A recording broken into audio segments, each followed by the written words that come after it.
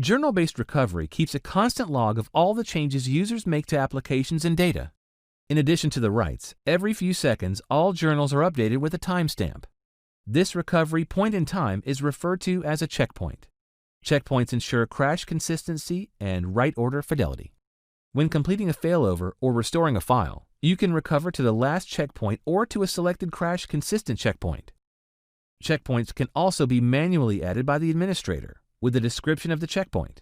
For example, when an event is going to take place that might result in the need to perform a recovery, you can pinpoint when this event occurs as a checkpoint written to each journal.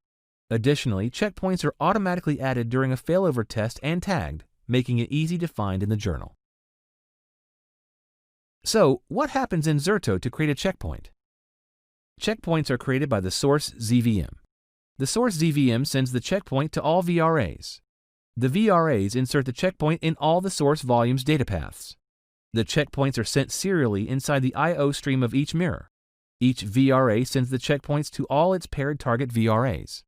That checkpoint may go to many hosts and sites for multiple virtual protection groups. The target VRA receives the checkpoint and writes it to the journal disk. This process is referred to as hardening. The target VRA sends an acknowledgement to the protected VRA that the checkpoint with a specific ID is hardened. The protected VRA then clears the checkpoint IOs from the bitmap. The checkpoint is now persistent and will survive a reboot of the VRA and/or ZVM. The checkpoint is now hardened across all of the volumes. Another important part of maintaining consistency is also ensuring that only valid checkpoints are inserted into the journal. Zerto does this through the write order fidelity mechanism. Zerto tracks the order that the writes are applied in production so it can later apply those writes in the correct order at the recovery site. Zerto only creates a checkpoint if it contains all the necessary details for all the VMs within that VPG itself. This is across all the volumes in a VM and all the VMs in a VPG at the same time. Let's take a look at a few different data scenarios to better understand Zerto's checkpoint validation process as it relates to write order fidelity.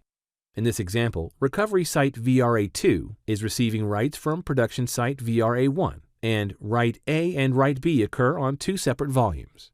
Checkpoint 1 contains both writes A and B. These writes were applied after the previous checkpoint and before the next.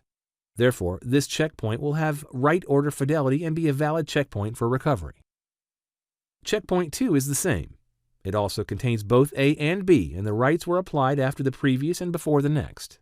This is also a good checkpoint and valid for recovery. Our checkpoint 3 contains neither write A nor write B. Since neither write is present, write order fidelity is maintained. The checkpoint is also valid for recovery. As you can see, write order fidelity is maintained in checkpoints that either contain all of the writes or none of the writes. What happens if checkpoint candidate contains some of the writes but not others? In this example, write B is received without write A. Zerto will not make a checkpoint 4 available for recovery since it would not have write order fidelity.